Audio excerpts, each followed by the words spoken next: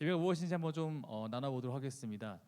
자, 구약에서 우리 일단 예배가 뭔지 알아요? 성경에서부터 봐야 될 거 아니에요. 구약에서 예배 행위를 나타내는 가장 일반적인 표현은 엎드려 절하는 거예요. 네.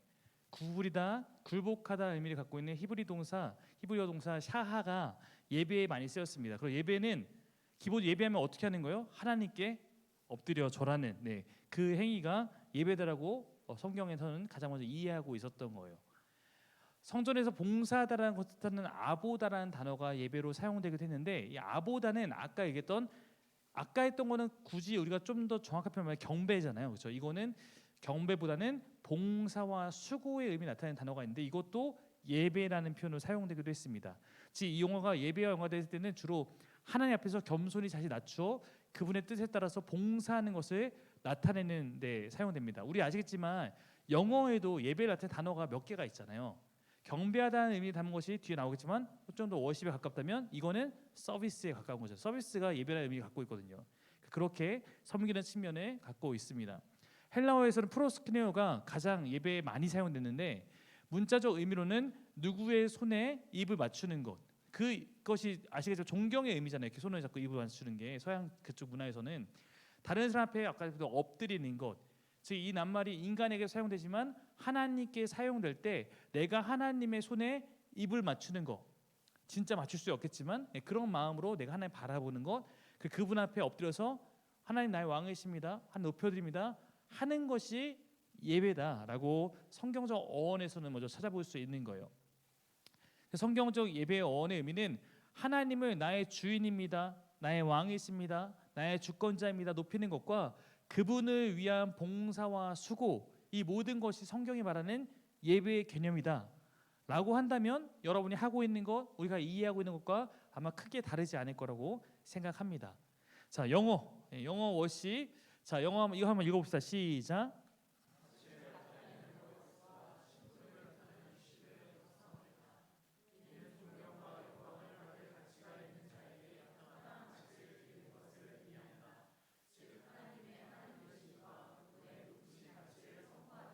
네, 하나님이 나에게 이처럼 가치 있는 분입니다. 높으신 분입니다. 이렇게 그분에게 그 신분대로 우리가 그분에게 찬사를 돌려드리는 것, 높여드리는 것, 이것이 예배다. 어쩌면 하나님의 하나님 되심을 인정하는 것이죠. 그것이 예배다라고 이해할 수 있을 거예요. 그래서 최고의 가치를 지니신 하나님께 최상의 가치를 말 그대로 올려드린, 거짓 없이 하나님 그런 분이십니다, 하나님 이곳에서 예배받기 합당하신 분입니다, 우리 창조주입니다, 높여드리는 것이 예배라는 거죠. 자, 한글에서 예배라는 단어 한번 읽어봅시다. 시작.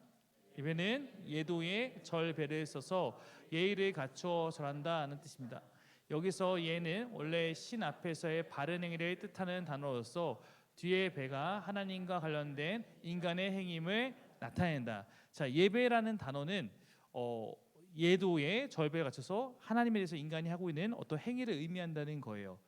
예배라는 이 한글 단어는 앞에 봤던 것처럼 그러므로 성경적 원어적 의미를 거의 완벽하게 담아내고 있어. 예배라는 이 우리가 쓰는 단어에는 그 하나님 향해서 엎드려서 그분을 높여드리는 우리의 행위, 절하는 거, 그렇게 하는 의미를 잘 담아내고 있는 표현이 있습니다. 자, 그럼 예배를 어떻게 드려야 하는가? 자, 어떻게 드려야 좋은 예배일까? 그럼 우리가 예배를 드리고 싶은데 어떤 예배가 좋은 예배인가? 성경은 예배를 어떻게 드릴 때 가장 좋은 예배라 말하고 있는가? 먼저 이 문제를 갖고 이 질문을 던지면 한번 좀 나아가 보려고 합니다. 자, 성경은 중요한 것은 예배의 모델이 없어요. 성경에는 예배의 모델이 없습니다. 기도, 이렇게 기도하라. 주기도문 있죠. 설교도 있습니다. 근데 예배는 처음부터 끝까지 사도신경 언제 하고 성시교도 언제 하고 몇 시에 시작하고 이런 게 아무것도 없어요. 그래서 성경에는 예배의 모델은 없습니다. 그것도 예배 가르치지 않는가? 그렇지 않아요. 가르쳐요. 그러나 예배의 정형화된 모델은 없습니다. 그렇게 따지면 어느 예배가 더 낫다고 말할 수 있어 없어요? 없는 거예요. 예를 들어 저희 교회도 초창기에 몇몇 분들은 목사님 왜 이 교회는 사도신경 안 하나요? 성시교도 왜 안 하나요? 네, 뭐 해도 좋죠. 안 해도 괜찮다. 네, 예배는 틀이 없어요. 예배는 그 공동체가 하나님을 최선의 같이 높여드리기 위해서 그 공동체가 나름 갖고 있는 전통과 그 합의와 이거에 따라서 우리가 같이 형성해온 그런 것이 최고의 예배일 수 있기 때문에 그렇습니다. 중심을 갖는 것이 중요해요. 형식은 중요하지 않다는 거죠. 자, 그러나 예배에 관해서 가장 우리가 주의 깊게 볼 말씀이 이 말씀이죠. 한번 읽겠습니다. 시작. 네, 예배하는 자에게 하나님께 가르치고 있다면 영과 진리로 예배하지니라. 네, 세 번역에서도 같은 얘기하고 있습니다. 하나님께 예배드리는 삶은 영과 진리로 예배해야 한다. 영과 진리가 무엇이냐면 스피릿 앤 트루스. 그러니까 스피릿이란 것은 우리가 알다시피 홀리 스피릿하면 성령이 되는 거죠. 거룩한 영. 그러니까 우리의 영, 하나님이 우리에게 주신 영이 있어요. 그 영으로서 예배해야 되는 것이고, 영이 아니라 우리 육으로만 예배하는 것은 옳지 않은 것이고, 트루스, 진실함으로 예배해야 한다라고 볼 수 있겠죠. 진리로, 진실함으로. 자, 한번 읽겠습니다. 시작. 그 자체 곧 영이시다. 그러므로 하나님께 예배드리는 사람은 자신의 존재와 자신의 영과 자신의 참된 마음으로 예배드려야 한다. 네, 우리 유진 피터슨이 쓴 메시지 성경에는 이렇게까지 더 정확하게 해석해서 나의 존재, 나의 영, 나의 참된 마음으로서 하나님을 예배할 때 그것이 하나님이 기뻐하시는 예배다. 이렇게 가르치고 있습니다. 즉 예배는 하나님과 격을 맞추는 거예요. 가장 진실된 모습과 마음으로 하나님을 마주해서 우리가 가장 실패한 예배가 뭡니까? 우리만 좋은 예배. 네. 여기 왔는데 하나님은 없어. 이 예배에 막 여기만 신나 난리가 나 있어. 네. 근데 하나님은 없어요. 그러면 그 예배는 가장 예배라는 단어를 붙이기에는 적합하지 않은 것임을 아마 우리 다 알고 있을 거라고 생각합니다. 자, 아까 예배 형식은 중요하잖아요. 시대마다 달랐고 문화마다 다릅니다. 예배의 본질은 형식에 있지 않아요.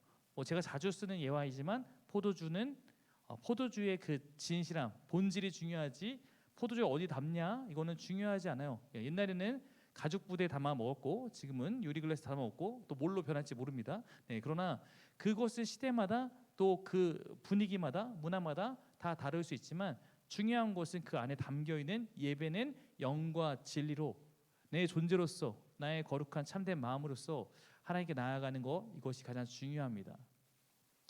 자, 예배에 있어서 그러나 좀 우리가 좀 더 생각해 볼 문제는 경외함의 예배와 사랑의 예배로 흔히 말해서 예배 사역자들은 둘로 구분하는 경우가 있습니다. 그러니까 이 두 가지가 구분된다기보다는 두 가지 요소가 예배의 큰 요소다.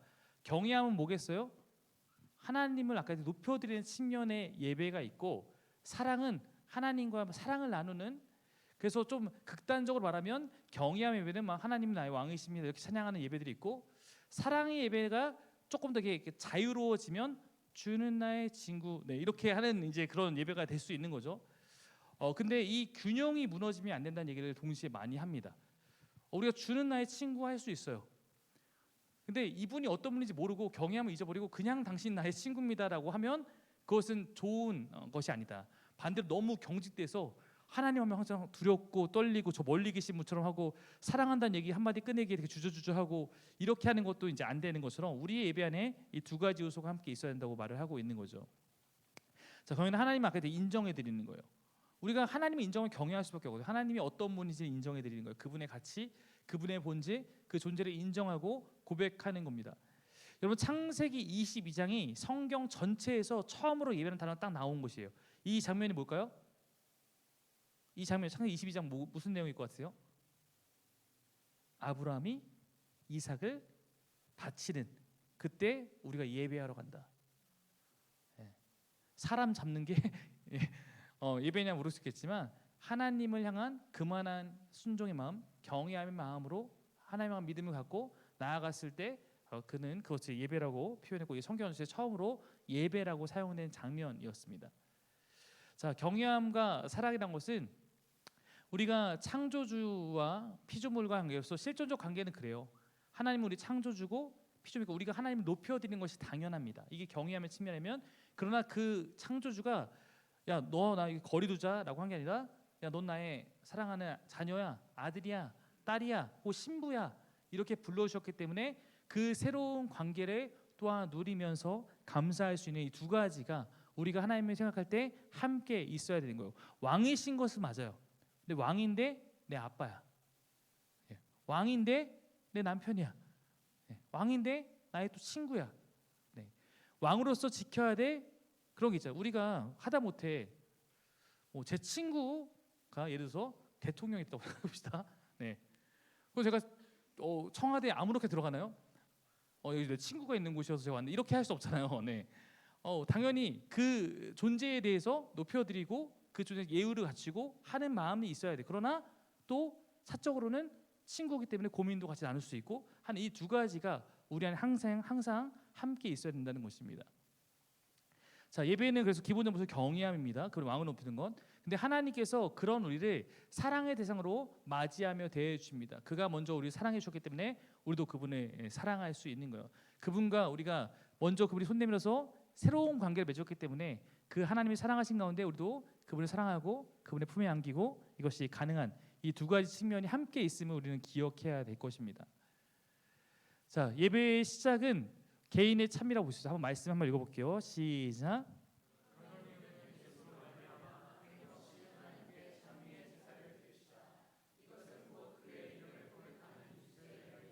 네, 제가 저희 교회 찬양 인도자님들을 굉장히 좋아하고 존경해요. 근데 우리 찬양 인도자님들이 6분 정도가 이제 고정적으로 세워져 있는데 제가 이분들이 얼마나 그래도 이 찬양을 준비하기 위해서 열심히 노력하고 또 하는지가 느껴지기 때문에 아마 여러분도 같은 마음이실 거예요.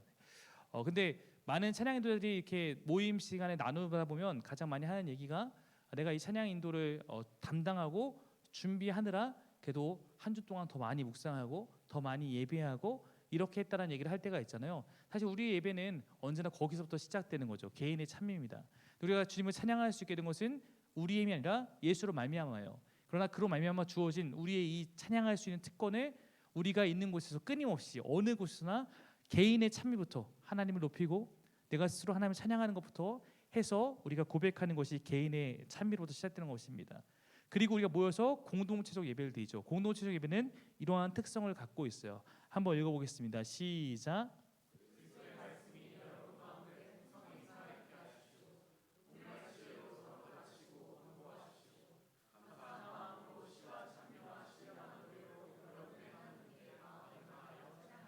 네, 이 한 구절에는 공동체적 예배가 갖고 있는 세 가지 특성이 다 드러납니다.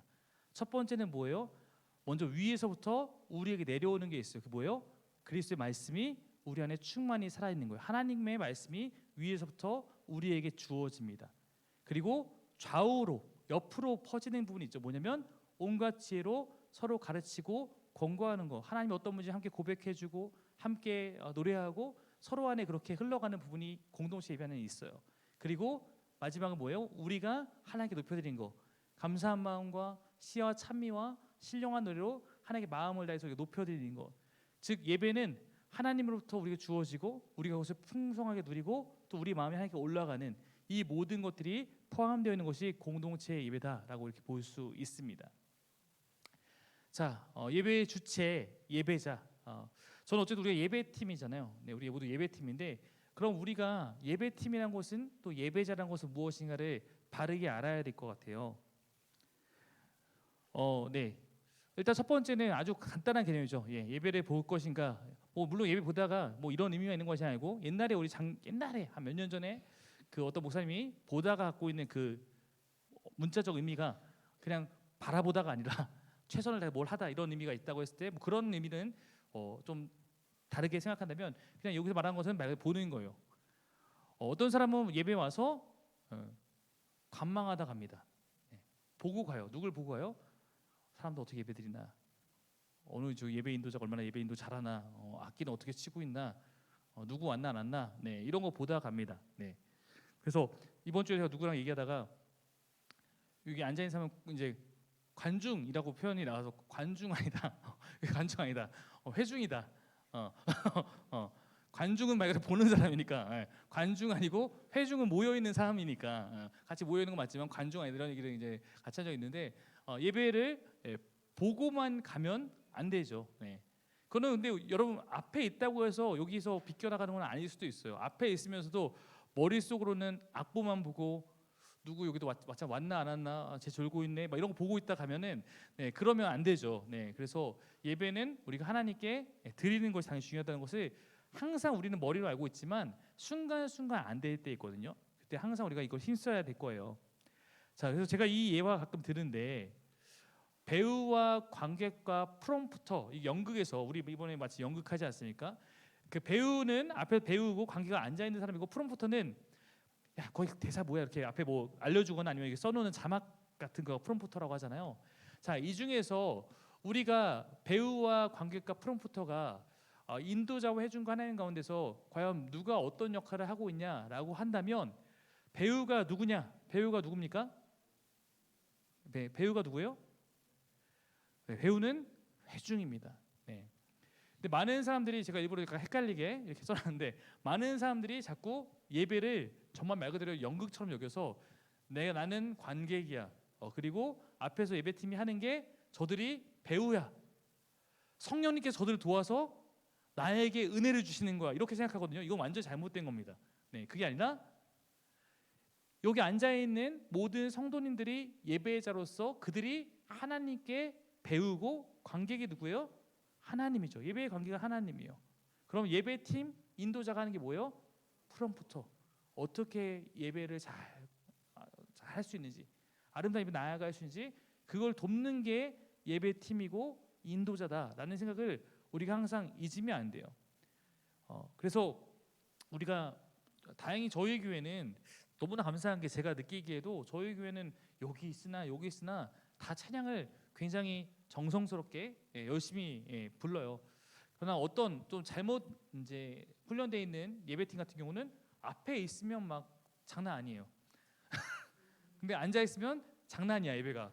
그런 경우가 있잖아요. 그러니까 그러면 안 되잖아요. 우리가 어디 있으나 사실은 우리가 회중에 있을 때에도 같이 하나님을 바라보고 한다면 동일한 마음, 누가 나를 보든 안 보든 실제로 우리가 이제 한동안은 마스크라도 우리 가려주고 있었으니까 우리가 뭘 하는지 안 하는지 다 드러나지 않을 수 있지만 그러나 뭐 그런 거 상관없이 아무 상관없이 언제나 우리가 하나님 향한 이 예배를 하나님이 받으신다는 마음으로 해야 되는 것이 예배자로서 가장 중요합니다.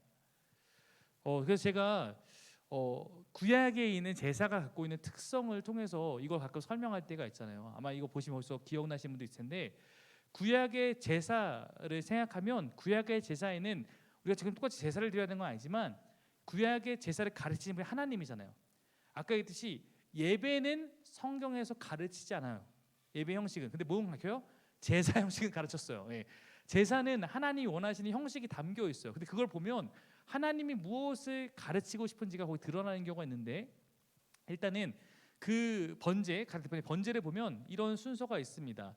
자, 지금 주황색이 제사자, 즉 예배를 하는 사람의 역할이고 제사장, 예배를 돕는 사람, 즉 그다음에 저나 아니면 뭐 앞에 서 있는 어떤 인도자나 이런 사람들 역할은 검은색으로 나올 거예요. 자, 첫 번째 읽읍시다. 시작.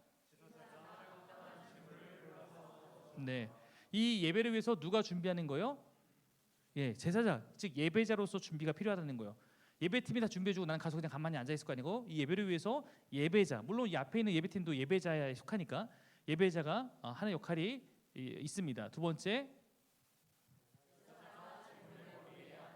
네, 걔 이제 나 대신 보내야 되니까 안수하는 거 이제 해야 됩니다. 그 다음에 네, 우리는 무슨 정육점처럼 맡기면 제사장이 다 각도주고 하는 줄 알겠지만 잡는 거 예배자의 몫이었습니다. 잡는 거 쉽지 않았을 거예요. 왜 예배자가 잡냐면 잡으면 피가 튀죠. 냄새 나죠. 그걸 보면서 뭘 깨닫게 하신 거냐면 나의 죄가 어떤 것인지 깨닫게 하는 거예요. 나의 죄의 대가를 깨닫게 하는 거예요. 자, 그러면 제사장이 그 죽인 거 피 받아다가 뿌리는 거 합니다. 네, 그리고 다섯 번째, 네, 가죽 벗깁니다. 네, 어려운 거 지금 다 예배자가 하는 거예요. 네, 자, 그다음 여섯 번째, 네, 각 뜨는 거 다 제사자가 합니다. 자, 제사장은 제단과 불과 나무를 그때 준비합니다. 자, 그다음 제사장은 제물을 제단에 올려놓고 각 뜬 거 이렇게 올려놓는 거 그 정도는 해드려요. 그 정도는 해드리는 거예요. 자, 그다음 네, 읽겠습니다. 시작. 네, 더럽고 힘든 거 다 본인이 합니다. 자, 그다음 마지막에 제사장은 그 전부를 제단 위에 태웁니다.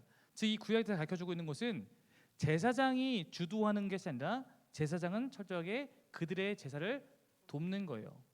그 제사장이 해야 될 역할을 하는 겁니다. 이 제사를 준비하는 것부터 진행하는 모든 과정에는 제사자, 즉 예배하는 자들의 참여, 그들이 주도하는 것들이 대부분이라는 것을 우리가 기억해야 됩니다. 자, 그래서 누구 예배인가? 오늘날 많은 성도들이 예배를 잘못 배우고 잘못 인식하게 되면 예배에 참석하기만 원해요. 굉장히 수동적으로. 마치 구약에 가져 말하면 제사장이 날 위해 모든 걸 다 준비해주고 진행해 가기 원합니다. 심지어는 네가 나 좀 어떻게 해줘. 거의 이런 모습으로 이렇게 앉아 있는 경우도 있습니다. 우리 예배는 바뀌어야 돼요. 예배의 주체는 언제나 성도. 아까 이거는 우리가 예배 팀으로 있어도 우리도 이 앞에서 하나님 보고 예배한다는 걸 항상 기억하고 같이 들으셔야 돼요. 앞에도 다른 게 아니라 예배 안에 참여한 우리 모든 사람이 예배자이고 성도입니다. 자, 한번 읽어볼까요? 시작.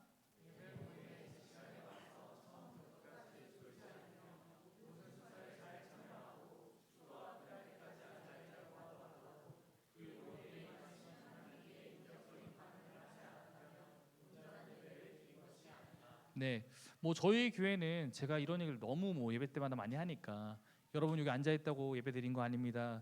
여기 앉아 있다고 다 한 거 아니 맨날 이런 얘기를 하니까 저희는 익숙해야겠지만 어떤 사람들은 자꾸 예배 때 내가 참여한 거, 내가 예배 때 처음부터 끝까지 있다 간 것, 이런 것들로 인해서 내가 예배의 의무를 다했다고 생각하는 경우가 있지만 예배는 사실 하나님을 만나는 게 제일 중요하잖아요. 하나님과 만나고 하나님과 소통하고 하나님께 내 마음을 드리고 하나님 마음 받고 이런 인격적인 어떤 반응, 이게 관계가 없다면 그것은 온전한 예배라고 볼 수 없습니다. 이 인격적 예배를 위해서 우리가 힘써야 될 부분이 있고 또 우리가 각오하고 결단해야 되는 부분들이 있다는 것이죠. 자, 예배는 그러나 훈련임을 기억해야 돼요. 여러분 52주 가운데 여러분은 52주가 늘 다 충만하면 정말 할렐루야죠. 그런 분들도 있을 수 있을 거예요. 늘 모든 예배마다 난 정말 너무 좋고. 근데 어떨 때는 또 예배가 잘 안 될 때도 있거든요. 제가 이제 들은 그 자료에 의하면 평균적으로 모든 성도는 일반적인 아주 보편적인 성도는 20%는 침체에 빠져 있다. 20% 침체에 빠져 있다. 돌아가면서 여기 중에 20%가 이번 주에 침체에 빠졌다가 다음 주에 살아나고 뒤에 있는 사람 20%가 또 침체에 빠져 있고, 감기처럼 우리의 영적인 상태는 이렇게 한 번씩 떨어질 때가 있잖아요. 그러나 그때에도 우리가 기억해야 될 것은 예배는 그러나 훈련임을 기억하면서 예배의 자리를 지켜나가는 거라고 저는 생각해요. 영적인 근육을 키우는 거라고 생각해요. 처음에는 뭐 저도 뭐 이렇게 운동을 뭐 헬스 이런 거 많이 하지 않지만 여러분 헬스 저보다 더 많이 해보셨으니 알 거예요. 근육을 키우는 데 있어서는 시간이 필요해요. 그때까지는 다 힘들어요. 처음에는 뭘 들어도 힘들고 재미도 없고, 예배도 사실은 깊어짐이 더 필요하고 거길 위한 시간들이 우리 안에 훈련이 필요할 수 있습니다. 각자의 최선을 갖고 나아갈 때 그것을 하나님이 누구보다 잘 아실 것입니다. 자, 예배의 실질적인 부분을 조금 같이 나눠보도록 할게요. 제가 옛날에도 이 얘기를 했던 것 같은데, 자, 예배의 책임, 그날의 예배가 좀 뭔가 다 안 됐어요. 그냥 아주 직접하면 망했습니다. 자, 그럼 인도자와 회중의 책임, 찬양 인도자 회중의 책임, 혹은 설교자와 청중의 책임, 과실은 몇 대 몇일까요? 네, 이 과실은 100대 100이다. 100대 100입니다. 50대 50 아니고요. 50대 50 아니고 100대 100이에요. 제가 이게 그 대학교 수업 시간에 들었던 저에게 너무나 좀 와닿았던 얘기 중에 하나였어요. 그날 예배에 대해서 인도자가 100을 갖고 준비해도 청중이 0으로 돌아갈 수도 있어요. 그러면 그거는 청중의 책임일 수도 있죠. 본인 스스로와. 근데 마찬가지로 인도자도 본인이 잘 준비하지 못하고 하나님의 마음을 잘 담아내지 못하고 이래서 그날 예배에 어떤 부분에서 미스를 일으킬 수도 있어요. 그리고 본인이 속상할 수도 있어요. 그것도 본인의 잘못일 수도 있어요. 본인이 잘 준비하지 못했다면. 우리는 언제나 각자의 자리에서 내가 이 예배에 대해서 100%의 책임을 갖고 서서 행하는 것이 중요하다는 것을 기억해야 된다는 것입니다. 자, 예배 팀 사역. 뭐 어떤 곳에서 여러분 혹시 어떤 걸 지지하는지 한번 물어볼게요. 어떤 곳은 저희와 같이 이렇게 앞에 찬양하는 곳을 찬양팀이라 부르고 어디는 예배팀이라 부릅니다. 어떤 데는 그러니까 어떤 데는 예배팀이라 부르는데 찬양팀 그러면 기분 나빠요. 자, 여러분은 뭐 찬양팀이 편하십니까? 예배팀이 편하십니까? 네. 왜 그런 차이가 발생하는지 혹시 아시나요? 혹시 성목 간사님 어떻게 생각하십니까?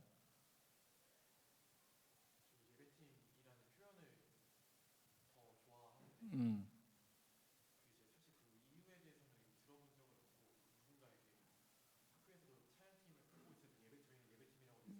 네, 네, 네.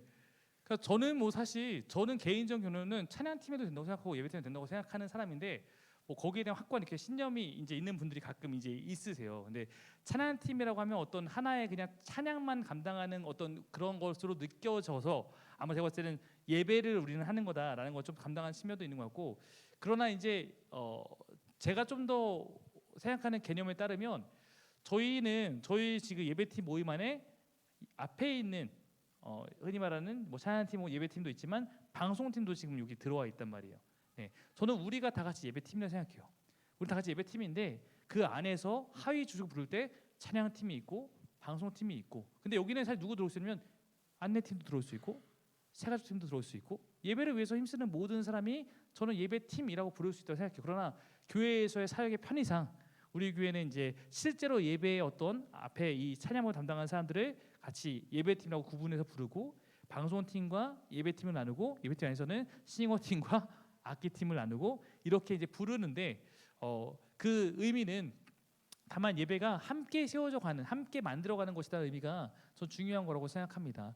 예배를 하나님께 올려드리기 위해서 각각의 역할을 나누는데 자신에게 맡겨진 역할 안에서 하나님께 영광을 위해 협력하고 서로 섬기는 것입니다.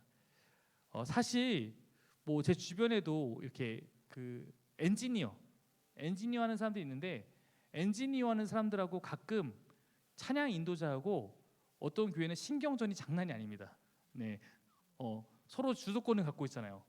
약간 서로 그걸 갖고 있으니까 그러나 사실은 서로가 서로를 잘 배려하고 서로를 잘 섬기고 이랬을 때 이미 그 예배가 그 마음 안에 있을 때 잘 세워지고 올려지는 것이지 이미 거기서부터 뭐 자기의 어떤 것을 내세우고 이렇게 할 필요 없고 다만 우리가 예배 안에서 저는 적어도 그렇게 생각해요. 그래도 이 한 예배를 저희는 교회는 리더를 세워서 맡겼는데 저는 웬만하면 특별한 일이 없으면 그 예배팀의 리더가 적어도 그날 예배를 이끌어가는 그 팀을 보듬고 하는 우리의 리더라고 생각하기 때문에 여러분들이 그 권위를 잘 따라주면서 또 예배팀 리더는 권위를 갖고 있는 게 아니라 어떻게 보면 사랑으로 섬기고 예배를 위해서 최선을 다하는 모습으로서 이끌어간다면 또 방송팀 안에서도 그날에 있는 분들 제가 방송팀에 있는 분들에게 또 맨날 부탁드리거든요. 거기서도 꼭 예배를 꼭 드려주시고 거기서도 꼭 같이 예배에 힘써주십시오 이런 얘기 부탁을 드리는데 그렇게 해나가는 것이 가장 아름다운 것이 아닐까 생각합니다.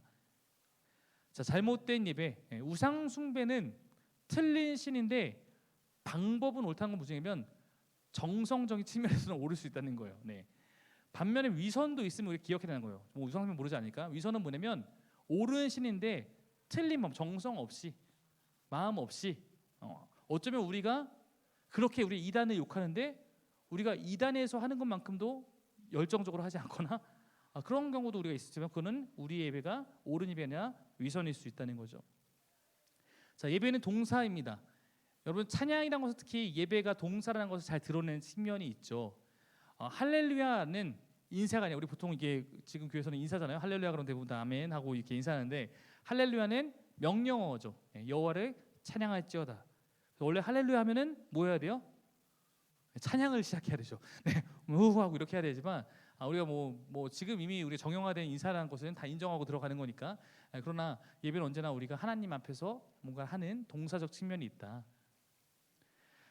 또 하나 찬양은 음악이 아니죠. 네, 음악은 찬양이 하나의 수단일 뿐입니다.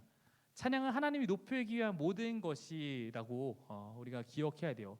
저희 교회는 가끔 성찬 예배할 때 이럴 때 의도로 침묵 기도도 갖기도 하잖아요. 침묵 기도까지도 사실 내가 그 순간에 하나님을 높이고 있다면 그것도 찬양일 수도 있다라는 것도 기억해야 됩니다. 뭐 교회마다 문화가 다 다르잖아요. 저희 교회는 그래도 금요일 날은 빡세게 기도하고 근데 제가 일부러 새벽 예배 이번 특세할 때 새벽 예배 때는 그렇게까지 크게 기도하는 분위기를 음악적으로부터 만들지 않는데 그것은 좀 조용하게 기도할 수 있는 시간을 아침에 드리고 싶기 때문에 그렇게 했던 거였어요. 그래서 우리가 어떤 형태로든지 할 수 있지만 그 모든 것이 가능하다는 언제나 유연성을 좀 갖고 있어야 될 것입니다.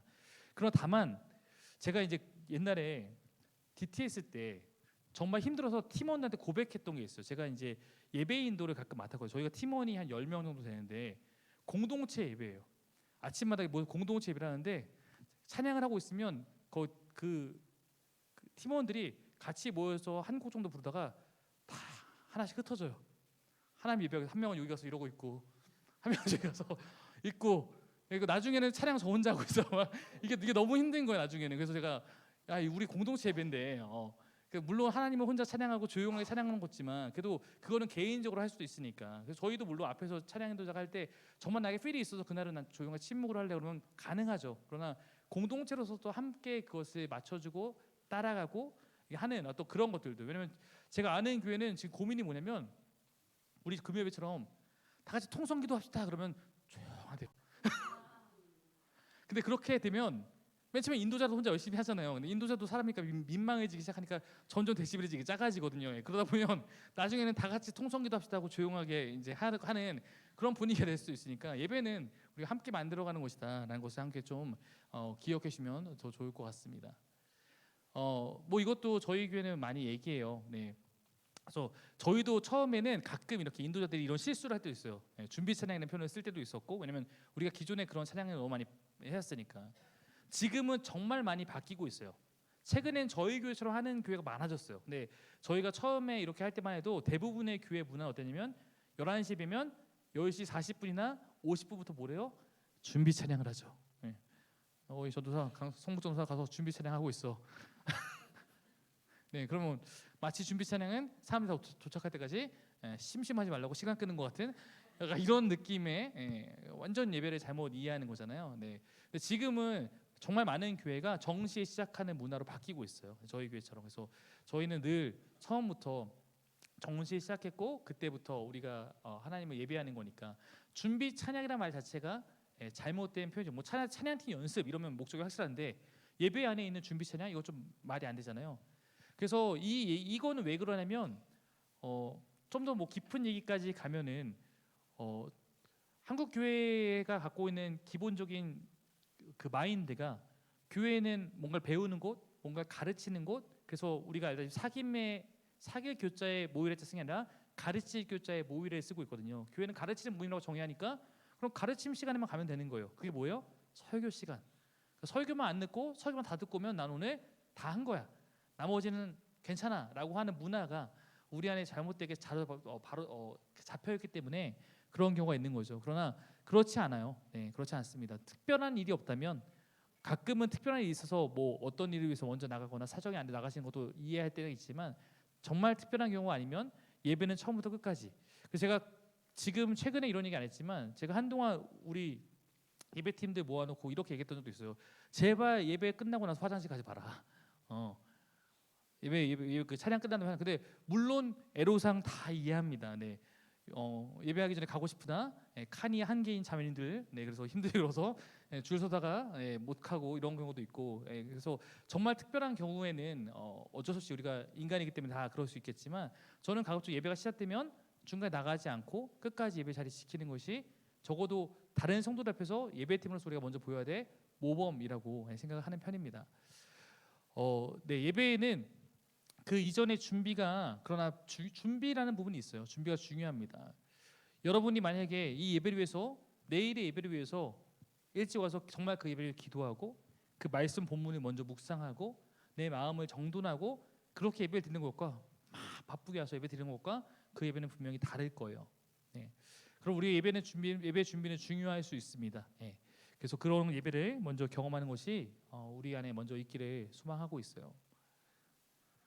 네, 이 PPT가 뭐냐면 저의 자랑스러운 모교 성결대학교 채플 시간에 항상 나왔던 언제 나오냐면 앞에서 찬양팀이 인도하고 들어가면 그때 이 PPT가 떴어요. 놀랍지 않나요? 네, 성묵 형제가 있었던 솔라피드라는 찬양팀이 앞에서 찬양을 인도하고 내려갑니다. 그럼 갑자기 PPT가 이렇게 바뀌면서 저기서 이제 교수님 올라와요. 예배가 이제 시작된대요. 그런 이들은 지금 뭘 한 걸까? 네, 네. 그러니까 이럴 수 있어요. 우리가 지금은 이렇게 안 쓰죠? 네, 감사합니다. 네. 네, 우리 여기서 뭐 찬양 인도를 하는 분도 있고 안 하는 분도 있겠지만 뭐 찬양 인도 또 돌아가면서 하는 경우도 있으니까 모든 찬양이 회중 예배에 적합하지 않다 얘기를 제가 가끔 이런 세미나 할 때마다 드릴 때가 있어요. 물론 이거에 대한 선은 그 교회가 좀 정해야 될 필요가 있어요. 콘티를 짤 때 찬양의 구분이 찬양은 카테고리가 있다. 구분이 있다는 걸 이해해야 돼요. 일단 그 전에 먼저 해야 될 게 찬양 인도자는 예배의 첫 주자. 저희가 작년에는 이 토요 모임에 인도자들만 모아놓고 했어요. 그래서 여기 6분의 인도자 모였는데 우리 그때 같이 공부하고 같이 나눌 때 그런 얘기했거든요. 찬양 인도자가 막 벌써 혼자 부흥회 앞에 다 하고 있어. 그러면 그것은 팀 사역이 아니다. 찬양 인도 역할은 뭐예요? 마라톤의 첫 번째 주자예요. 스타트 잘 끊어주는 게 중요한 거지. 벌써 여기서 본인이 막 설교까지 다 했어, 막 집회까지 다 했어. 그러면 그 뒤로 연결이 끊어지는 거잖아요. 그러니까 찬양 인도자는 이렇게 예배의 흐름을 만들어주는 사람이라면 어떻게 보면은 설교를 통해서 더 올리고 그다음 설교 후에 뭐 결단의 찬양을 위해서 예배에 어떻게 보면은 가장 그 중심됨을 하게 드린다면 그 뒤에 그것을 유지하고 나아갈 수 돕는 이런 어떤 흐름이 이제 필요한 거죠. 그리고 콘티제 때는 코드의 조합이 중요한 게 아니라 메시지의 완성이 더 중요하죠. 콘티만 보더라도 이 찬양 인도자가 오늘 뭘 하고 싶은지가 보여야 돼요. 이 찬양 인도자 오늘 이런 방식으로 예배를 이끌어가고 싶구나. 그리고 예배 인도자가 그 콘티를 통해서 설명해 줄 수 있어야 합니다. 우리의 예배는 오늘 이런 메시지로 이렇게 가고자 하는 겁니다. 이런 방식을 할 수 있는 거 중요할 수 있죠. 네, 그래서 제가 옛날에 좀 만들었던 PPT였는데 이런 류의 찬양이 있죠. 하나님이 어떤 분인지를 알려주는 고백이 있는 거. 하나님은 이런 분입니다. 이렇게 고백하는 이런 찬양을 뭐 어떤 건 걸쳐 있는 것도 있지만 이런 찬양을 보통 뭐 이 분류도 좀 다른 표현이 있지만 계시성 찬양이라고 합니다. 보여주는 거죠. 어떤 것이 하나님은 이런 분이야. 이렇게 하는 어떤 측면이 있다면 이런 계시 찬양 같은 경우는 쓸 수 있다고 생각해요. 어떤 측면. 근데 가사를 좀 더 잘 보면서 써야겠지만 계시 찬양 같은 경우 기본적으로 예배 안에서 가능하죠. 하나님 어떤 분인지 노래하는 거니까. 이 찬양은 하나님께 드리는 반응적 찬양, 하나님께 높이는 경배의 찬양, 이런 찬양이 사실 예배 때 가장 쓰이기에 좋은 찬양들, 하나님 뭐 광대하시다 하면서 높이고 하는 것들. 자, 이런 찬양. 자, 여러분 한번 가사 보세요. 자, 여러분 이 찬양은 어떻게 생각하십니까? 이 찬양은 어디서 예배 때 쓰기 괜찮을까요? 그렇죠. 길에서 노방 전도할 때, 네. 아니면 여기가 전도 집회면 괜찮죠. 네. 여기에 아직 하나님을 따르지 않고 있는 사람들이 있으면 이제 복음을 전하고 알려주는 찬양이기 때문에 이거는 복음송이라고 부릅니다. 그러니까 그 예배가 그런 예배면은 괜찮아요. 그러나 이 가사를 봤을 때 이미 여기서 주님을 이렇게 높이려는 사람들 당신 지금 어디로 가나요? 뭐 이렇게 하고 예수 믿으세요 이렇게 하면은 그거는 좀 안 맞을 수 있으니까 우리는 가사를 잘 살펴봐야 될 수 있죠. 네, 이 시적인 이런 이것도 찬양이긴 찬양인데 이제 이런 찬양을 우리는 이제 CCM을 잘 오해하는데 이런 찬양을 흔히 말하는 CCM이라고 부르는 거예요. 자, CCM의 정확한 정의를 우리 성묵 간사님께서 말씀해 주실 겁니다.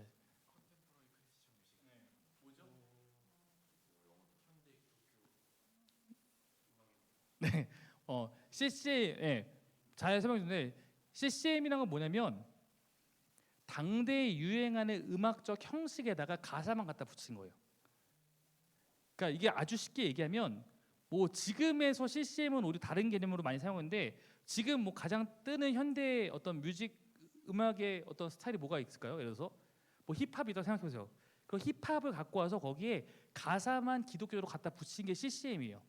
그러니까 지금 우리가 부르는 찬양은 대부분 다 교회 밖에서 불려지는 음악적 형식에다 R&B, 아니 뭐 하우스 막 이런 데에다가 이제 뭐 여러 가지 붙여서 한 것들이 지금의 교회로 들어와 있는 곡들이 많이 있잖아요. 그래서 지금은 그 폭이 굉장히 그래서 뭐 락 찬양도 있고 뭐 여러 가지 것들이 이제 있긴 있는데 기본적으로 그렇게 한 이유는 선교적 목적이에요.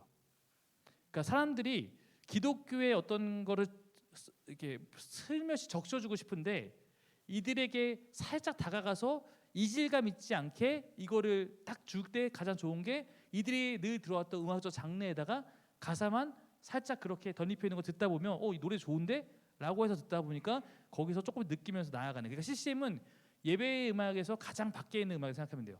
가장 밖에. 그래서 이 곡이 어떤 곡인가를 우리가 평가할 때 그 안에 가사를 잘 보면서 이게 세상 사람들에게 살짝 예수님을 전하기 위해서 은근히 녹여낸 어떤 것들일 수도 있고, 아니면 아까 했듯이 대놓고 하나님을 알려주거나 대놓고 하나님 이런 분이 높여드리는 게 있고, 아니면 당신 예수 믿으면 하는 곡들이 있을 수 있으니까 이런 구분들이 우리 안에 예배 때 필요할 수가 있다. 일단 기본적으로 CCM은 예수님 이야기가 숨어 있어요. 아주 살짝. 여기도 이제 주님의 숲에 주님 그거 딱 그 정도밖에 이제 안 나타나지만 더 숨어 있는 경우도 있어요. 뭐 그냥 그대라고 하거나, 아시겠지만 여러분이 원래 찬송가 때 이런 얘기 들어봤잖아요. 윤복희 씨의 여러분이. 그 여러분 같은 거를 근데 그게 정말 찬양이었다고 생각하고 들으면, 그리고 영어로 나왔던 곡이잖아요. 언어로 들으면 진짜 가스펠이에요. 근데 그게 이제 어떻게 조금 번역에 따라서 이제 대중가요로 쓰일 수 있는 것처럼 그런 경계선에 있는 것들이 많이 있을 수 있다. 이런 것들을 좀 우리가 기억해 볼 필요가 있습니다. 그래서 이 찬양이 중의적이냐 아니면 아니냐라는 측면이 좀 중요한 것 같아요. 예를 들어서 여러분 아시겠지만 공감하시네 관해서 제가 옛날에 글 쓴 거 아마 보신 분도 있을 거예요. 제가 글을 왜 썼냐면 공감하시네를 예배곡으로 쓸 수 없다라는 강력한 비판을 누가 했는데 제가 거기에 동의가 안 되는 거예요. 왜 동의가 안 되냐면 나는 공감하시네 가사 봤을 때 이거 충분히 예배 때 쓸 수 있을 만한 신학적 근거와 가사라고 생각했기 때문에 했는데, 제 글을 보고 나서도 제 지인 중에서도 정규야 네 글이 뭔지 알겠지만 적어도 나는 근데 예배 누자서 공감하시는 나는 안 쓸 것 같아 라고 하는 사람도 있었어요.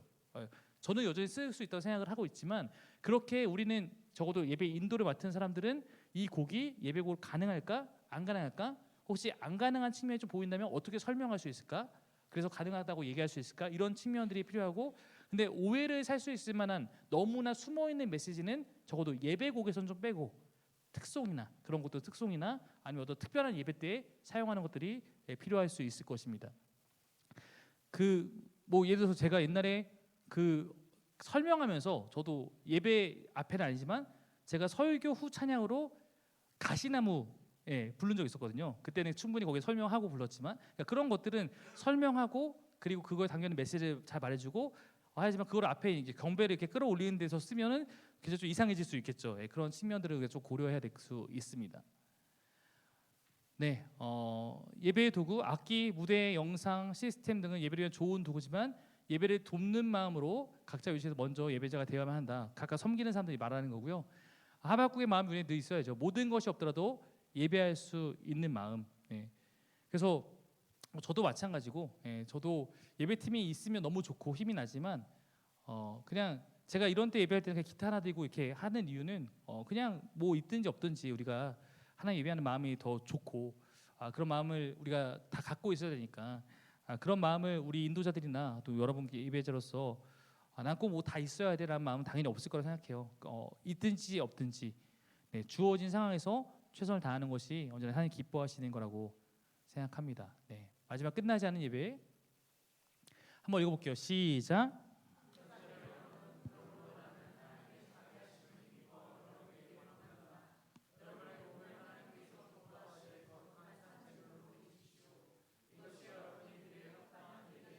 이것이 예배입니다. 거룩한 산 제물. 우리가 말하는 삶의 예배를 말하는 것이죠. 예배는 하나님께 영광을 돌리는 것이라는 측면이 있기 때문에 예배는 꼭 여기서 끝나지 않습니다. 어쩌면 이 공동체 예배는 필요해요.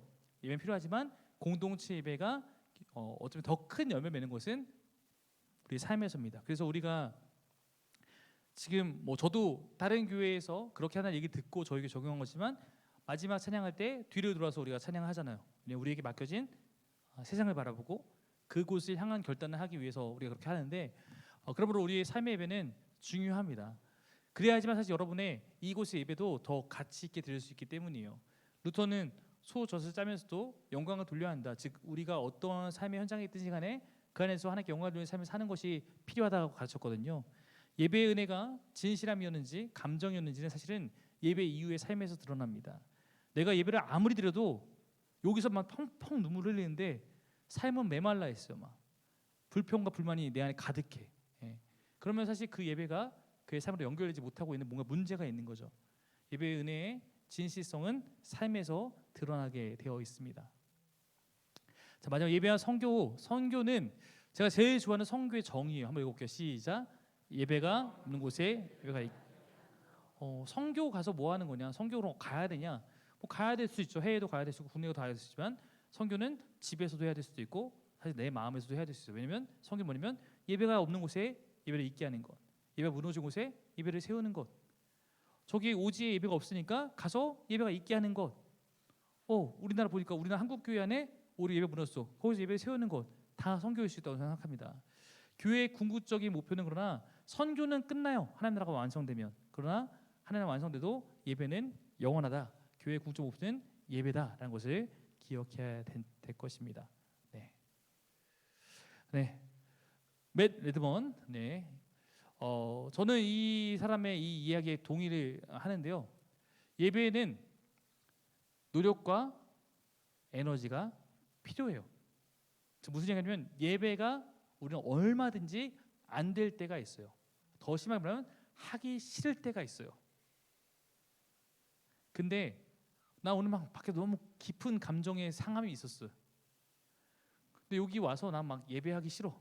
난 가만히 앉아 있고 싶어. 물론 그 마음도 이해하고 때로는 그 시간도 필요하지만 계속 그렇게 머물러 있으면 안 되고 내가 그래도 하나님 예배하기 위해서 결단하고 의지를 드리는 것이 전 예배라 생각해요. 가끔 예배는 의지의 표현입니다.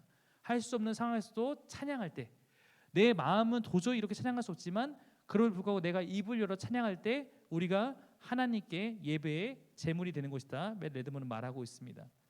맷 레드먼의 이 목사님은 이 사람을 가르치는 목사님은 예배가 음악 이상한 것을 보여주기 위해서 다른 방법으로 예배하는 방법을 그가 배울 때까지 예배 시간 동안 노래하는 것을 금지하였습니다.